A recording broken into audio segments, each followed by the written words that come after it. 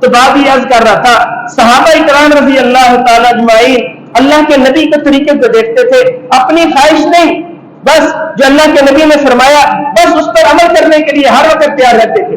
اللہ کے نبی جمعے کے جو خطبہ ارشاد فرما رہے، دیکھا کہ صحابہ کھڑے ہیں، مجمع کھڑا ہے، آپ نے ارشاد فرمایا بیٹھ جاؤ۔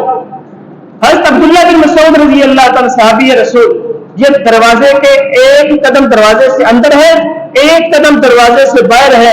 جیسے ہی اللہ کے نبی نے ارشاد فرمایا صحابہ بیٹھ جاؤ، یہ صحابی رسول عبداللہ بن مسعود وہیں چوکھٹ پر بیٹھ گئے، ایک پاؤں دروازے سے اندر ہے، ایک پاؤں دروازے سے باہر۔ یہ مزہ آیا نا حکم پورا کرنے کا، بیٹھا فرمایا بیٹھ جاؤ۔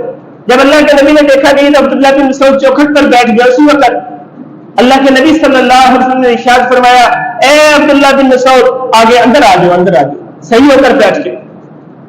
یہ تھی صحابہ کی شان کہ موقع محل کو سمجھتے تھے، اللہ کے نبی کی منشا کو سمجھتے تھے، اللہ کے نبی کی فرمان کو سمجھتے تھے، اللہ کے نبی کے سنت طریقے کو سمجھتے تھے۔ ایک اور موقع پر اللہ کے نبی صلی اللہ علیہ وسلم خطبہ ارشاد فرما رہے، وہ بھی جمعے کا خطبہ ارشاد، صحابہ کھڑے ہیں، رش ہے، تو آپ نے یہی بات ارشاد فرمائی اے صحابہ بیٹھ جاؤ، بیٹھ جاؤ۔ حضرت عبداللہ بن رواحہ رضی اللہ تعالیٰ عنہ ابھی مسجد سے باہر ہے، قبیلہ بنی غنم میں ہے، ان تک ان کے کانوں میں اللہ کے نبی کی آواز پہنچ گئی کہ صحابہ بیٹھ جاؤ۔ وہ صحابی رسول عبداللہ بن رواحہ رضی اللہ تعالیٰ قبیلہ بنی غنم میں بیٹھ گئے۔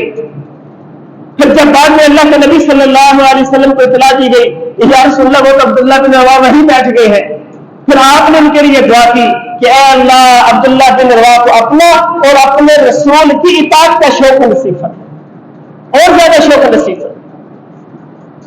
یہ حکم پورا کیا جاتا ہے، ایسے اپنی خواہش پہ نہیں کرا جاتا۔